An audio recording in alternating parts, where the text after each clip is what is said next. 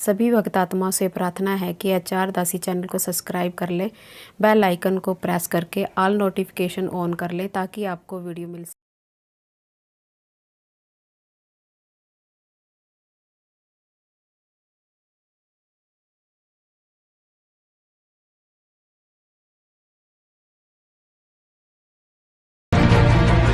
कर्मों के बंधन को, कर्मों के दंड को वो पूर्ण परमात्मा कबीर जी ही हमें इनसे मुक्त करा सकता है। वो बंदी छोड़ के लाते हैं। हम काल की कैद में बंदी बने हुए हैं। पुणात्मा,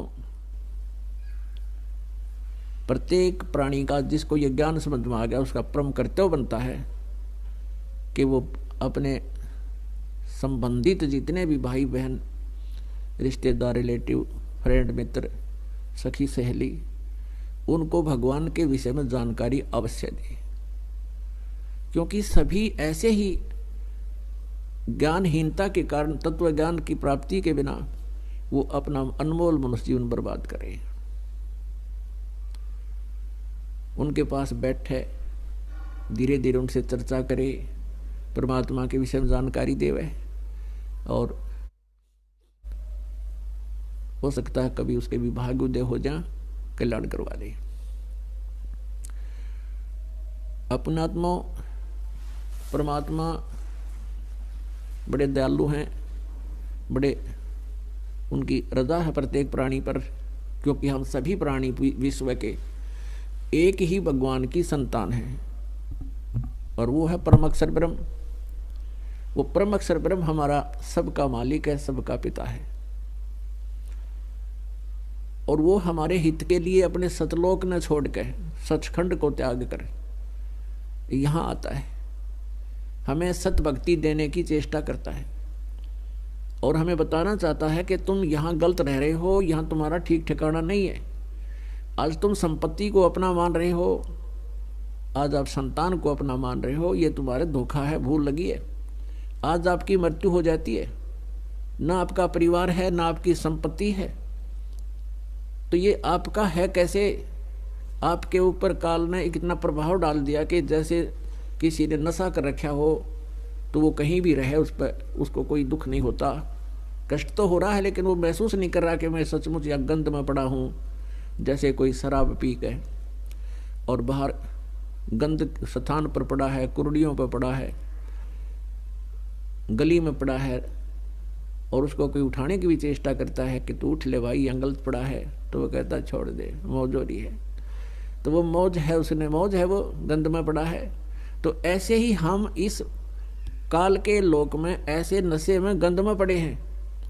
कैसे? परमात्मा कबीर जी कहते हैं कि कबीर ये माया अटपटी और सब गट आण अड़ी, किस किस न समझाऊं या कुएं भांग पड़ी। इस काल के ने अपने ब्रह्मांड रूपी कुएं में और बगैर तोल की, बगैर हिसाब की भांग गोट कर डाल रखी है माया की। और त्रिगुणमयी माया, रजगुण ब्रह्मा, सतगुण विष्णु, तमगुण शिव जी के अंदर से निकल रही जो तरंगे हैं, वो रेंद है, उनके अंदर से निकल रही जो उनकी लपटें हैं तीनों गुणों की, ये हमारे ऊपर हमें प्रभावित कर रही हैं। जैसे रसोई के अंदर छौंक लगता है मिर्चों का, और दूसरे कक्ष में, दूसरे रूम में बैठे हुए व्यक्तियों को भी छींकें आती हैं। अब मूल वस्तु तो है रसोई में, और उसने जो प्रभाव कहाँ तक कर दिया, दूसरे कक्षों में बैठे हुए व्यक्तियों को भी छींकें आ रही हैं। अब उनको छींकें आना, वो रोकना उनके बस की बात नहीं। ऐसे ही ये तीनों भगवान ऊपर रहते हैं अपनी राजधानियों में, शिवलोक में शिव जी, और विष्णुलोक में विष्णु जी, और ब्रह्मालोक में ब्रह्मा जी। और वहाँ से ही इनके शरीर से निकल रहे गुणों की जो का इफेक्ट है, प्रभाव है, ये हम तीनों लोकों के प्राणियों को, पृथ्वी लोक, स्वर्गलोक और पाताल लोक के प्राणियों को ये प्रभावित कर रहा है, इफेक्ट कर रहा है। और जिस कारण से हम यहाँ इतना कुछ देख रहे हैं, एक परिवार के एक ही दुर्घटना में 5 सदस्यों में से 4 की मृत्यु होगी, एक लड़की बची छोटी सी, और बाकियां के फिर भी इस बात की चिंता नहीं बनती क्योंकि हो गया, सारी उम्र लगे रहे इस कार कोठी जोड़न में, आज क्या ले गए वो साथ। तो इतना हमें विवेक नहीं रहा, हमारे ऊपर प्रभाव है इतना प्रेशर है कि हम ज़्यादा सोच नहीं पाते,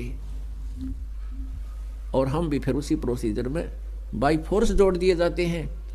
हमें ये चिंता रहती है हमारे बच्चों का क्या होगा, संपत्ति का क्या होगा, ये इतना प्रेशर हमारे ऊपर है। हम उस दुर्घटना को देखकर खिसक लेते हैं जल्दी कि वहाँ जाना है, ऐसे करना है।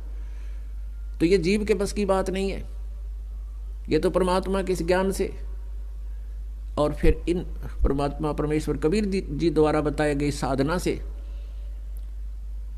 जो एंटीबायोटिक का काम करेंगे, जो हमारे इस माया के नशे को उतारेंगे, तीनों गुणों के प्रभाव को निष्क्रिय करेगी, तो वो मंत्र, वो ज्ञान हमें यहाँ सुनना पड़ेगा और उन्हीं से फिर ये हमें सब राहत मिलेगी।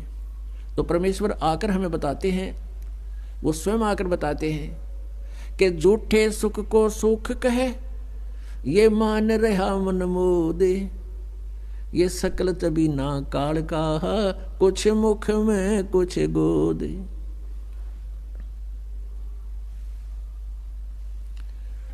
परमात्मा हमें याद दिलाते हैं कि ये सब, इस झूठे सुख को तुम सुख मान बैठे हो,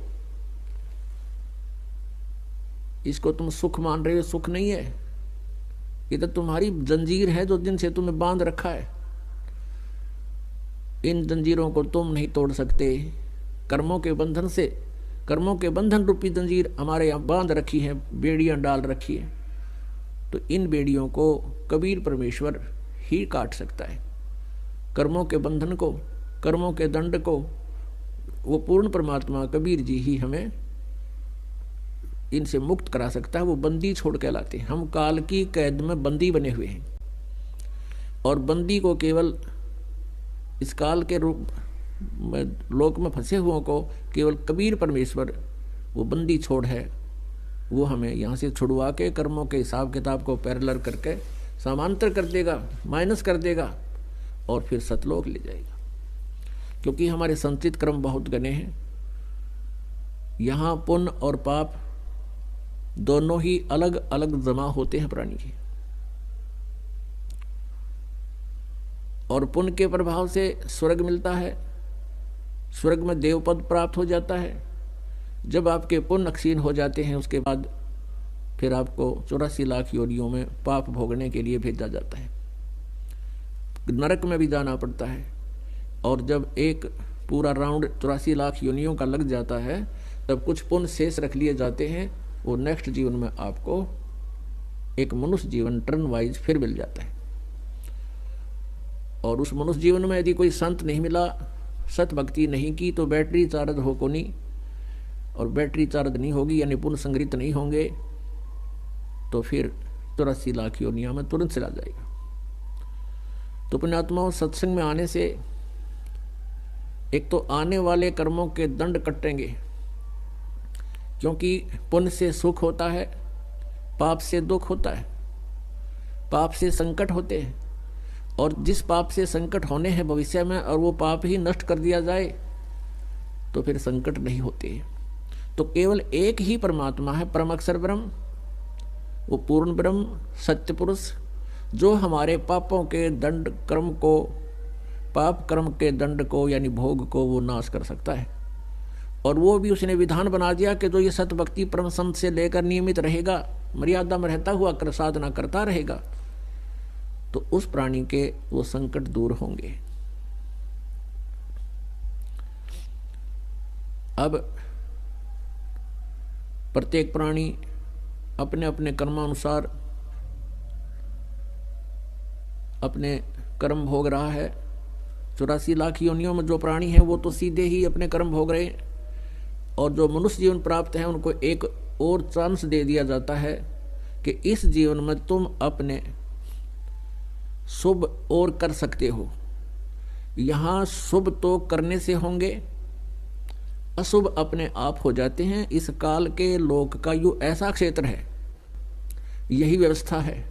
यदि आपने शुभ करने पड़ हैं तो शुभ करने के लिए तो आप जी ने धर्म पुण्य संतों का सत्संग सुनने के लिए समय भी लगाना पड़ेगा, और धर्म पुण्य के लिए पैसे भी व्यय करने पड़ेंगे, और तब जा कर के आपके शुभ बनेंगे। और अशुभ करण की आवश्यकता नहीं, आप ही बन जाते हैं। पृथ्वी ऊपर पग जो धारे है, करोड़ जीव एक दिन में मारे। पृथ्वी के ऊपर आप जाते हो कामवश या अपना कोई सैर सपट्टा करते हो, कहते करोड़ों प्राणियों को मारकर पैरों के द्वारा, तब आप विश्राम करते हो। और फिर वो पाप तो अपने आप हो गए बिना करें, और पुण्य करने के लिए आप व्यवस्था करनी पड़ेगी। और जो व्यवस्था पुण्य करने की आपने अपना रखी थी वो शास्त्र विरुद्ध थी, शास्त्र विधि रहित थी, और जिससे आपके पुण्य तो बन नहीं रहे थे और पाप ही पाप बने थे।